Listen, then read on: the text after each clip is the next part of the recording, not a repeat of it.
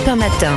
6h, 9h. Christophe Lamar. 7h12 sur Europe 1, la revue de presse de Théo Grévin. Bonjour Théo. Bonjour à tous. Alors à la une, les Juifs de France sont de plus en plus nombreux à faire leur alia. Oui, le journal L'Opinion revient sur ce phénomène qui prend de l'ampleur. De plus en plus de Français juifs quittent la France pour rejoindre Israël. Tout a commencé au lendemain du pogrom du 7 octobre et l'on apprend dans le quotidien que le phénomène semble s'accélérer depuis les législatives du 7 juillet et l'arrivée en tête du nouveau Front populaire.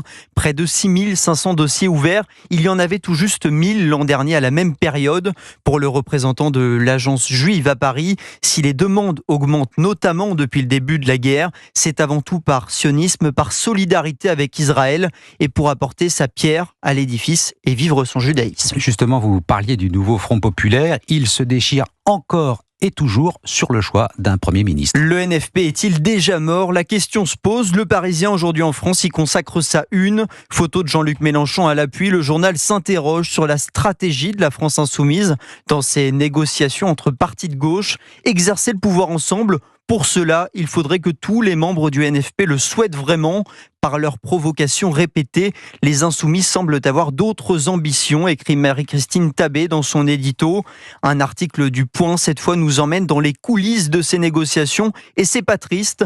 Nathalie Chuc raconte comment la soirée de samedi, une soirée somme toute banale entre dirigeants du NFP cherchant un Premier ministre, a tourné au psychodrame lorsque Jean-Luc Mélenchon s'est incrusté.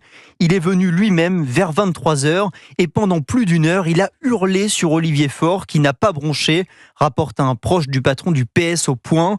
Raison de cette colère, le refus des socialistes de donner leur feu vert à la candidature d'Huguette Bello pour Matignon. Pour résumer, on est loin d'un accord. L'union fait la force, mais tout dépend de vos alliés. Et de son côté, Emmanuel Macron, qui a accepté hier la démission du gouvernement Attal, le gouvernement Attal qui va rester en place pour gérer les affaires courantes. Démission acceptée à la une de la Dépêche du Midi. La gauche se déchire. Macron manœuvre pour une alternative, titre les dernières nouvelles d'Alsace.